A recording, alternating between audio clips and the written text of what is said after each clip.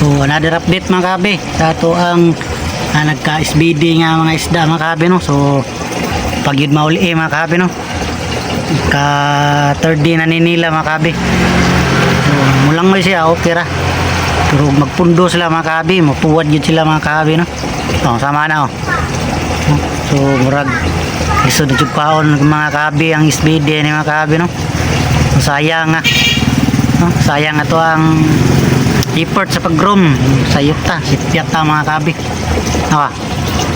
Basta magpundo sila mga kabi, mutuwad murag bugat-bugat na yun yung baga-SBD mga kabi no?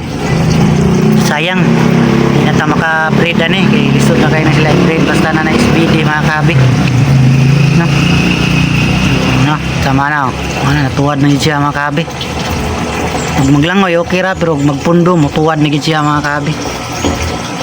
Murag lisod na gin siya mga kabi no. Ana na sila mga kabi.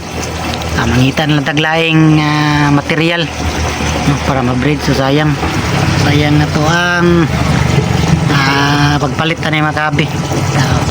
Ato ang sipyat sa taban no. Kanalan sa no, tuwad na gid sila mga kabi. SBD gyud. Thanks for watching mga kabi. Antod sa sunod update.